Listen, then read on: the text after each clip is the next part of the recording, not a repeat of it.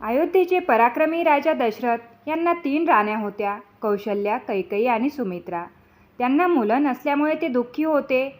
आपल्या गुरुच्या सूचनेप्रमाणे त्यांनी पुत्र प्राप्तीसाठी पुत्रकामेष्टी यज्ञ केला.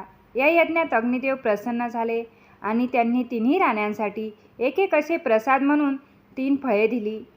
कौशल्या राणी सर्वात मोठी असली तरीही कैकेयी ही दशरथ राजाची सर्वात प्रिय राणी होती. त्यातले सर्वात मोठे सुंदर फळ आपल्यालाच आधी पराक्रमी पुत्र व्हावा म्हणून पटकन कैकेयीने घेऊन टाकले. कौशल्या आणि सुमित्रेनेही उरलेली फळे घेतली. तोपर्यंत कौशल्याने आपले फळ घेऊन खाऊन टाकले. कैकेयीच्या हातातले फळ घारीने झडप घालून पळवून नेले.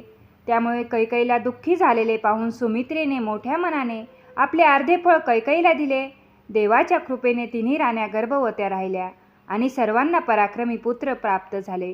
कौशल्याचा मुलगा सर्वात मोठा, त्याचे नाव श्रीराम.